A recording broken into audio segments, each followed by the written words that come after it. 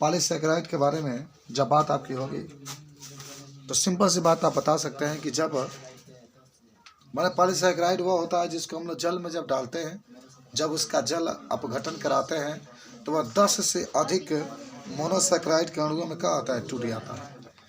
10 से अधिक मोनोसैकेराइड के अणुओं में टूट जाता है। और इसके प्रमुख उदाहरण में पहला तो स्टार्च होगा, दूसरा सेलुलोज होगा और तीसरा क्या होता है, ग्लाइकोजन होता है। स्टार्च, सेलुलोज और क्या होता है आपके पास, ग्लाइकोजन होता है। मत भूलना इसको कभी।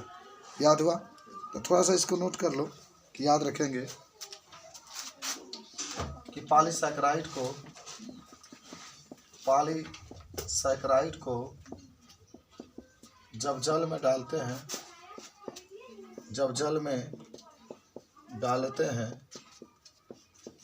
तो वह मोनोसैकेराइड के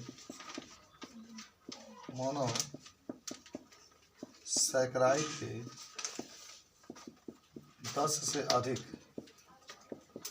अणुओं में टूट जाते हैं। 10 से अधिक अणुओं में टूट जाते हैं। उदाहरण में आ जाओ,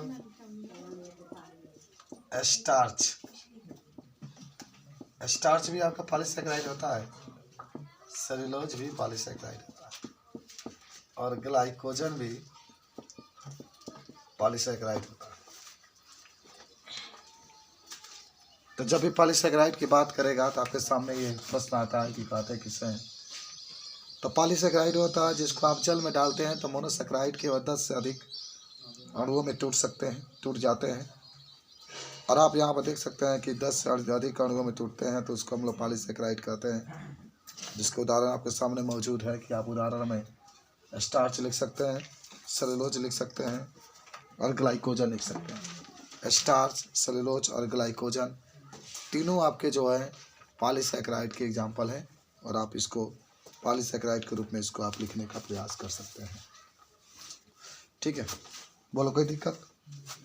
तो पॉलीसैकेराइड के बारे में आपसे कोई कहेगा, इस बात को लिखने के कोई दिक्कत नहीं होगी। आइए अब देखो, पहले हम बता दें आपको कि पॉलीसैकेराइड में सबसे पहले जो बात आती है उसका नाम होता है स्टार्च। इसके नाम होता है स्टार्च। लेकिन स्टार्च का पहले दो चीज़ हम लोग जानेंगे। पहले हम लोग ये जानेंगे कि एमिलोस क्या होता है। एमिलोस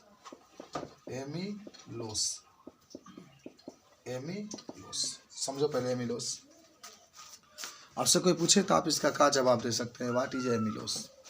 तो देखिए, जब भी बात एमिलोस की कहेगा तो पहले समझो तब लिखना कि मनुष्य के लिए माने जो बात आप करेंगे, एमिलोस हुआ होता है ना जो अल्फा बहुलक होता है तथा 2 घटक एमिलोस तथा माने एमिलोपेक्टिन के मिलते हैं तो इसका निर्माण होता है। तो पहले हम लोग जान जाएं कि आखिर जो एमिलोस होता है उसकी संरचना कैसी होती है और जो एमिलोपेक्टिन होता है उसकी संरचना कैसी होती है। तो एमिलोस में अल्फा ग्लूकोज जब मिलते हैं तब बनता है। और ये जानो कि स्टार्च जो पहला सदस्य इसका है, किसका, पॉलीसैकेराइड का। पॉलीसैकेराइड के 3 हैं, स्टार्च, सेलुलोज, ग्लाइकोजन। तो जो स्टार्च होता है, याद करो सब लोग, जो स्टार्च होता है वह स्टार्च एमिलोस और एमिलोपेक्टिन से मिलकर के बनता है। अधिकतर आप जब बातें करेंगे तो जो स्टार्च होता है ये पौधों का मुख्य माने पौधों के अंदर ये स्टार्च पाया जाता है और जो मनुष्य होते हैं मनुष्य के लिए ये आहार के रूप में कार्य करता है। अगर आप दाल को खाते हैं, दाल जानते हैं ना, या किसी पौधे के जड़ को अगर आप खाते हैं, जैसे मूली वगैरह हो गया, या फिर कंदमूल वगैरह खाते हैं, कंदमूल को मतलब जानते हैं कौन वगैरह, तो कुछ सब्जियां भी खाते हैं तो आपको स्टार्च प्रचुर मात्रा में क्या होता है, मिलता है। ये अल्फा ग्लूकोज का बहुलक होता है, यानी बहुत अधिक अल्फा ग्लूकोज जब मिलते हैं तब इसका निर्माण होता है, किसका, स्टार्च का। और स्टार्च 2 घटकों से मिलकर के बना होता है, एक आपका होता है एमिलोस और एक होता है एमिलोपेक्टिन से मिलकर बना होता है। और सुनो, एमिलोस जो होता है जल में घुलनशील होता है तथा यह स्टार्च का 15 से 20% भाग को निर्मित करता है। रासायनिक रूप से एमिलोस 200 से लेकर के 1000 अल्फा डी ग्लूकोज इकाइयाँ की एक अशाखित श्रृंखला होती है। ये आपस में C1 और C4 ग्लाइकोसाइड बंध द्वारा जुड़े होते हैं। मैंने आपने क्या देखा कि जो स्टार्च होता है, अभी स्टार्च की बात करेंगे, पहले एमिलोस की बात हम लोग कर लें। तो जो एमिलोस होता है यह बहुत अधिक जब अल्फा डी ग्लूकोज मिलते हैं तो एमिलोस का निर्माण होता है। ये जल में घुलनशील होता है और इसमें C1 से लेकर के C4 के C1 और C4 के बीच में ग्लाइकोसाइड बंध क्या होता है, पाया जाता है। लगभग 200 से लेकर के 1000 जब अल्फा डी ग्लूकोज मिलते हैं तब एमिलोस का क्या होता है, निर्माण होता है। तब एमिलोस का निर्माण होता है और ये स्टार्च का 15 से 20% भाग को क्या करता है, बनाता है। ये स्टार्च के 15 से 20% भाग को बनाता है। ठीक है, तो एमिलोस पहले हम लिख लेते हैं तब बात करेंगे। लिख लो कि एमिलेस जो होता है, एमिलोस जल में घुलनशील होता है, घुलनशील होता है। यह स्टार्च के 15 से 20% भाग को बनाता है। 15 से 20% भाग को बनाता है। लगभग 200 से 1000 के संख्या में जब अल्फा डी ग्लूकोज मिलते हैं तो एमिलोस का निर्माण होता है।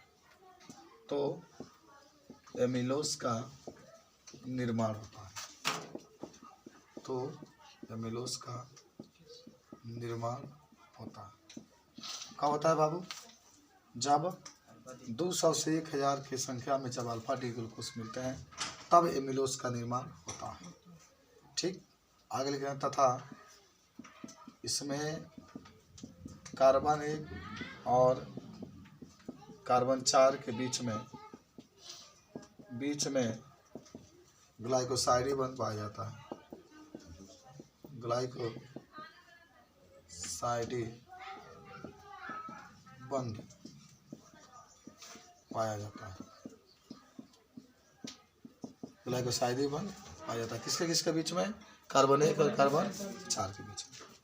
सब लोग कल के पढ़े होंगे, बना सकते हैं। अब इसकी संरचना में बनाने का प्रयास कर रहा हूँ। मैंने कल कहा था कि आप इस तरीके से पूरा बनाने का प्रयास करेंगे। एमिलोस की संरचना होगा, एक ये बना लो, फिर एक और बना लो। देखो, अशाखित का मतलब ये कहना कि यह अशाखित श्रृंखला के माने में शाखा नहीं निकला होता, ठीक है ना। अशाखित श्रृंखला के रूप में पाया जाता है। रूप में माने इसमें शाखाएं नहीं पाई जाती, ठीक है।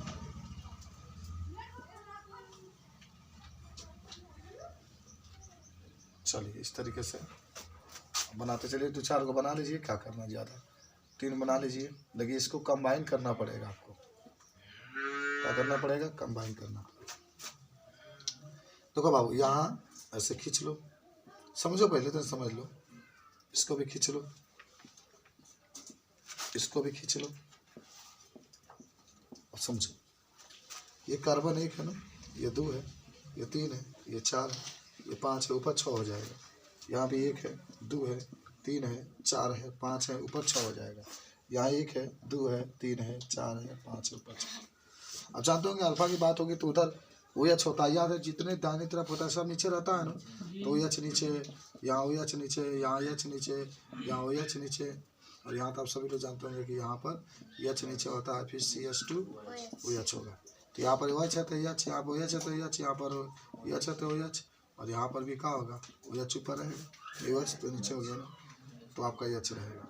यहाँ पर H, यहाँ पर OH, यहाँ पर H, यहाँ पर OH, यहाँ पर H, यहाँ पर OH नहीं, नीचे OH रहेगा, ऊपर H, यहाँ पर OH, यहाँ पर H, यहाँ पर H, यहाँ पर CH2 OH रहेगा। इसको बनाओ, यहाँ पर H, यहाँ पर OH, यहाँ पर H, यहाँ पर OH, यहाँ पर OH नहीं H, तीसरा पे H नीचे रहता है, OH, फिर यहाँ पर OH, फिर यहाँ पर H, फिर यहाँ पर H, फिर यहाँ पर CH2 OH। सब सेम है यानी क्योंकि सब अल्फा डी ग्लूकोज है। इसमें कार्बन 1 और कार्बन 4 के बीच में क्या कौन बंध पाया जाता है? ग्लाइकोसाइडिक बंध। ग्लाइकोसाइडिक बंध का मतलब होता है कि यहाँ से ये आपका हट जाएगा। कौन हट गया? H2O हट गया। कौन हट गया? H2O हट गया। ध्यान एकदम समझ लो बाबू, दोनों के बीच में O आ जाएगा। दोनों के बीच में क्या आ गया? O आ गया। इसमें भी H2O हट जाएगा ना, और दोनों के बीच में क्या आ जाएगा? O आ जाएगा। तो ये कौन सा बंध हुआ आपका? ग्लाइकोसाइडी बंध। ग्लाइकोसाइडी बंध। इसको हम लोग क्या कहते हैं याद करो, इस पूरी संरचना क्या कहते हैं याद करो। ये किसकी है? एमिलोस की संरचना है। एमिलोस की संरचना समझ में आया? बताओ सब लोग, समझ में आया कि नहीं है? एमिलोस के बारे में जान गए? एमिलोस के बारे में जान गए तो बना लो इसको, सब लोग बना लो।